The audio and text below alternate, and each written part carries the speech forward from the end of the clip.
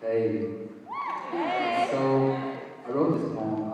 It was inspired by a conversation I had with a friend of mine. And so his dad left him when he was young. And so because of that, he felt he wasn't worth loving. And so he started doing a lot of things throughout his breaking girls' hearts. And so he inspired this poem. It's not about him, but I took elements of our conversation and I wrote this. Hope you guys enjoy it. I once knew a boy who had kerosene in his veins and a smile that looked like it was the opening to a eulogy. His voice sounded like it had been whipped and tortured, like if his conscience had committed suicide on his tongue and bled out on his lips. His name even sounds like the suicide note left behind. Girls learned to hate it, but he hated it even more. It was his father's name.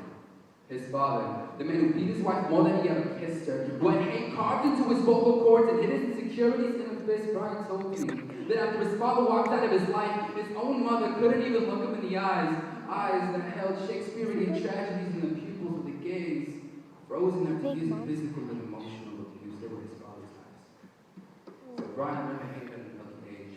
But despite the uncontrollable anger that plagued his consciousness, he swore to me that he would never lay a hand on a woman, so he resorted to hitting joints instead. Promised to never break her heart, but ended up shattering the self-esteem of every girl he talked to, playing their hearts like keynotes and stripping them of their clothes and then their positive thoughts. When he left, their hearts sounded like an untuned guitar, but he claims that it's not his fault.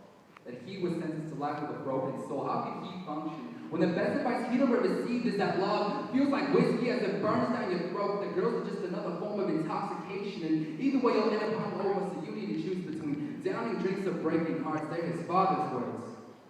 I've heard that mistakes breed mistakes, but Brian has spent his whole life trying to prove that he is no mistake, that his hands are not his father's who vandalized the beautiful canvas of his mother's face, that he isn't the spitting image of an abusive alcoholic, that his father's hateful existence isn't scratched into his bones, and he begs me to believe the words spilling from his hopeless lips, to believe he isn't his father's mistakes. See, Brian, he spent his teenage years playing with labels until Sinner was permanently branded on his eyelids, and that's when he started praying with his eyes wide open, mumbling, incoherent hopes of becoming a better person. His words are the ashes of his past, and as he slurs, his prayers start to taint his skin, and so he lies to people about how he got so dark. He says it's too much time outside, but in reality, it's too much time inside his room, screaming curses at his walls, filling the room with holes so his soul can escape through the crevices of his anger. He's still his father.